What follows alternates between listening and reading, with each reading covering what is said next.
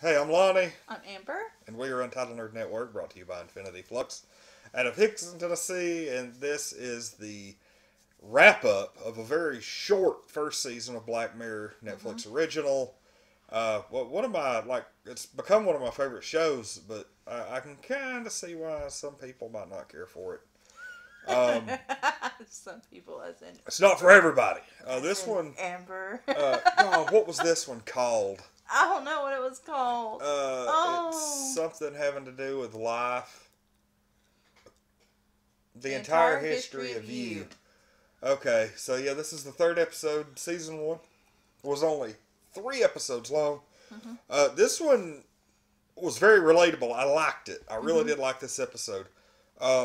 It's basically about a world in which people, 99.9% of people anyway,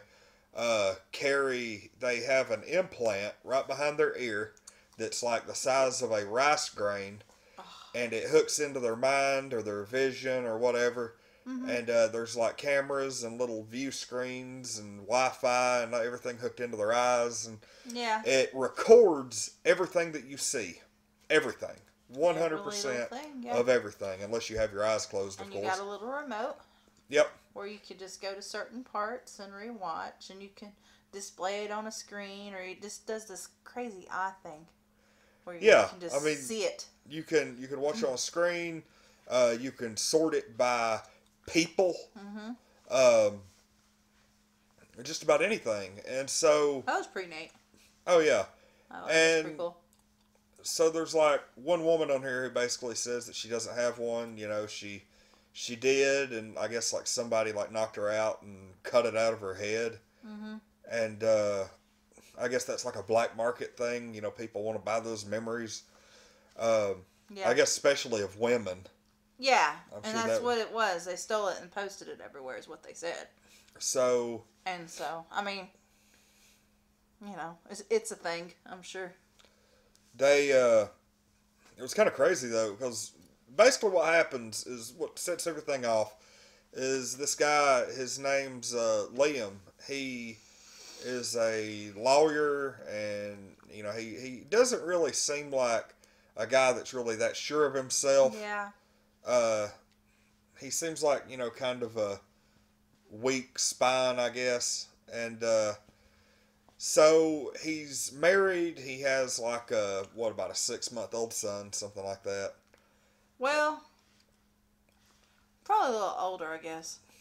Not a whole Because, lot, I but mean, well, because, spoiler alert for the end, obviously. He sees that 18 months prior, his wife was with the other guy. so you're looking at probably 9 months old. Yeah. Yeah. Well, they never really explained 100% how this wrapped up, but what happened is he uses this eyeball DVR basically to like look back on every memory. Like hmm whereas we would normally, like, if you were ever with somebody and ask them, hey, how long did you and so date before we were together? And you said, a couple of weeks. Well, then 6 months later, the person tells you, oh, we dated for a month, hmm and you're like, no, you said a couple of weeks. What's the first thing they're gonna say? No, Oh, no, yeah. I No, said I a said. month, and your mind is either gonna accept that or you're gonna wonder forever. With this, you right Nope. back to that time, and you can show them. Nope, Nope. You there you said it. go. You said a couple of weeks. And this guy uses this to great effect in this, and it really causes issues hmm between him and his wife to the point where, like I said, spoiler alert at the end, they end up divorcing, breaking up, whatever, hmm because you could tell she's taken a lot of her stuff out of the house. hmm The painting was gone, They were all but gone. he ends up finding out that not only was this guy at the dinner party her previous boyfriend, but they had dated for like 6 months. Um, that when he only thought they'd been together for a couple of weeks, he didn't even know that this fling that she had was the same guy at the party. She just misleading thing one right after the other. I'm sure she figured, oh, it doesn't matter, whatever. But come to find out, they had a little, like, 5-day long spat where he left, like 18 months beforehand, and he finds out the hard way. He actually goes to the guy's house and, holds him down to the floor and threatens to kill him if he doesn't delete all the memories of his wife. He goes back and looks at that confrontation again and sees that the dude has a memory of his wife naked in her bed in their bedroom from 18 months ago, which would have put him as being a viable candidate for their son. Being the father of their son. So that just totally destroys everything. And so, she attempts to delete the memories and everything, but they never did really tell if who the baby belonged to. You kind of assume that because she left and everything else, that the baby probably wasn't his. It belonged to the other guy. Yeah. They never really mentioned what he saw when he watched the video of his wife and this other man. Yeah, I'm assuming that it was everything. His big thing was like, did you use a condom? Yada yada yada. Of course, she's like, yeah, I did. Yeah, I watched him. Well, prove it. Show me. Yeah. Well, show me that. Yeah. I mean, I don't understand why she kept lying. I don't get it. I don't understand why people do that. Because once he went over to the guy's house and had that drunken confrontation with him, that was the point of no return. It was. It's just going to keep escalating until you finally either tell the truth or he finds it out. That was killing me so hard. I'm like... That is what would happen, though. Why? It's just what would happen. Why would it happen? She's not thinking straight. Think about some of the... So stupid. Well, not so much but I'm thinking about some of the goofy crap that comes out of a person's mouth when they're backed into a corner like that. I've been there. I understand. I just if you're already caught, why not admit it? I don't understand. It's something I've never understood. If you've been caught, damage control, I guess. It just looks worse when you try to do damage control. It does. But you're not thinking that at the time. You're just trying to... What it is you're trying to put out the fire by fanning it, and you're really just making it bigger. The fuck? I was just like, you idiot. I'm like, he's done caught you. You might as well admit everything. I can't. I just can't. I mean, I get it. I mean, I don't get it, but I get it.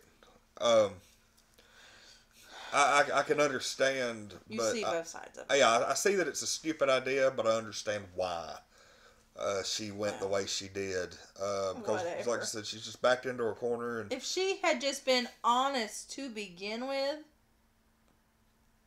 like I'm not saying she was with him those 5 days.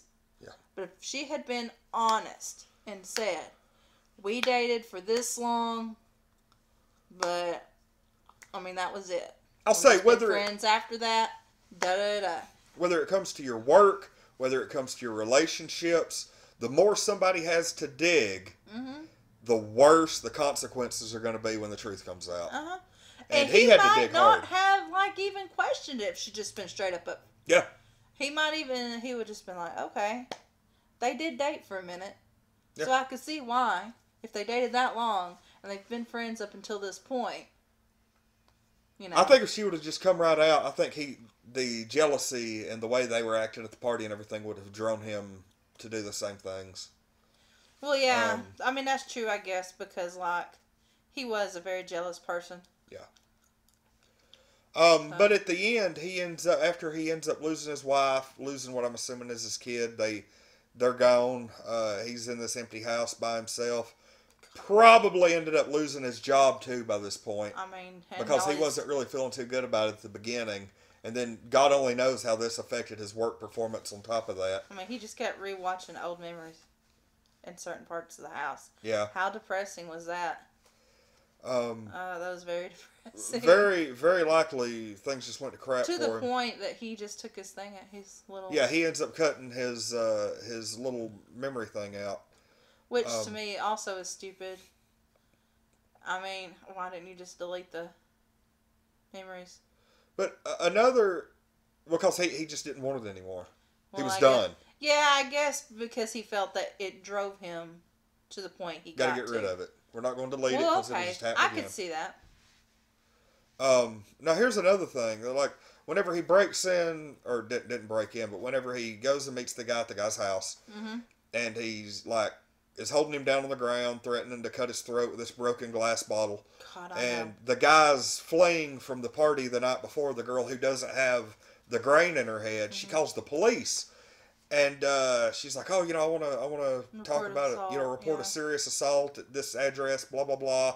Next words out of her mouth are, "No, I don't have a grain." And then she's like, "What the hell?" Like they hung up on her. So it's like everybody. I guess if it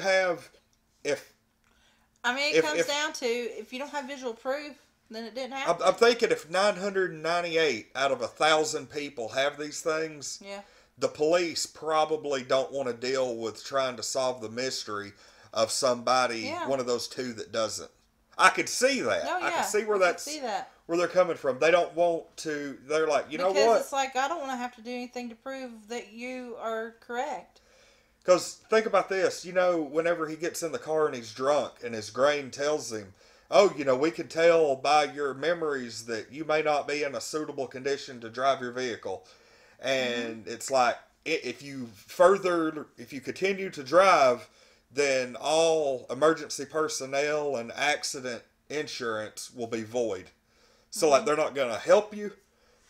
They're not, if you have this thing in and it tells you, hey, don't do this, and you do it anyway. So that tells me if they're saying that an emergency personnel cannot help you if you go driving and the thing's telling you you're intoxicated, chances are people who don't have these things are on their own. Like it's almost, it's almost like a form of mandatory car insurance. Like you have to have car insurance to drive. Well, they're like, well, if you want help, you have to have one of these so we can do the adequate research. We can, we can look at your memories. If you get shot, we can look and see who did it. They have to have that. And so I can kind of see that. Now tell me this, in your opinion, before we get to like the overall, covering of this, these these memory DVRs, these visual sets, everything, overall, good or bad for society? Probably bad. Think so? Yeah. Because because of what happened with dude. I think overall it's bad, but I think that some of those people who can't handle it, I think it's worth it for the greater good. Maybe. It's like the people who have dash cams on their cars and stuff like that. It really would help a ton. Here's the thing. Well, that's true too, but at the same time, it's like, just like the woman was trying to lie after he'd done seen it for himself. Think about this though. I mean, and that would send me into a fit if somebody wanted to still deny it after I put it in front of their face. Think about this though. Somebody screws you over to your face and then nobody believes you, and you're like, yeah, you can show everybody else, but it's really not going to matter. We've kind of had experience in that. We won't go into deep detail, but you've had evidence and people still didn't care. But think about this. Somebody accuses you of driving your car drunk, or somebody accuses you of stealing something of theirs. Somebody accuses you of something, and the police come to you. Show us your memory. Oh, show us where you were between 7:15 and 7:25 this night. Yeah, okay, because there you go. Because I was like, my first thought was, well, you can just delete it if you were there, but then there's an empty space. You have an empty space, and you like, well, I can't. Or like a false harassment or rape allegation. Somebody says, hey, you assaulted me, on Saturday night, December 8th, 2001. Yeah. And you're like, no, I wasn't there. Well, show us. They show you the whole thing. And, meanwhile, your accuser's deleted. It's wrapped up in a nice, neat little package now. Something like that. Yeah, I don't know. I think it's a very good thing. I think you kind of have to weigh the pros and cons of something like that. Yeah. And that also is the mark of a really good show because we can sit here and talk for 20 minutes about some of the ethical implications of stuff like this. It's a really, really good talk. I love discussing stuff like that. But overall, I just don't think that would be. You don't think it's worth it? No. Is it even close to being worth it? I don't think so.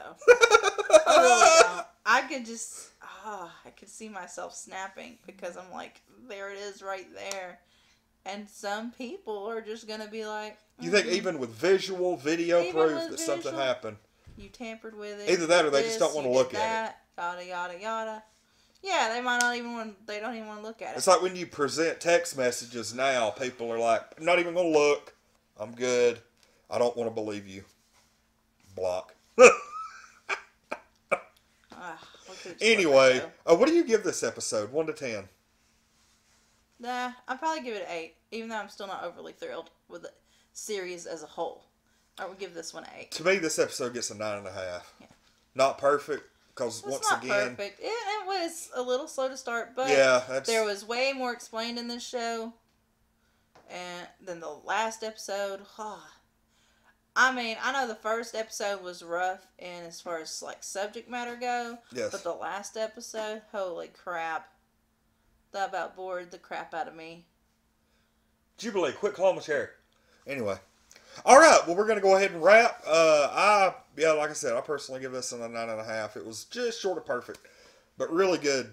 I like this episode just because it makes me think. I'm still thinking about it. Mm-hmm. So, anyway, this has been the episode of Black Mirror Review. This was actually called The Entire History of You. And, like I said, a pretty good episode. And we're going to go ahead and wrap. I'm Lonnie. I'm Amber. And we are Untitled Nerd Network, brought to you by Infinity Flux out of Hickson, Tennessee.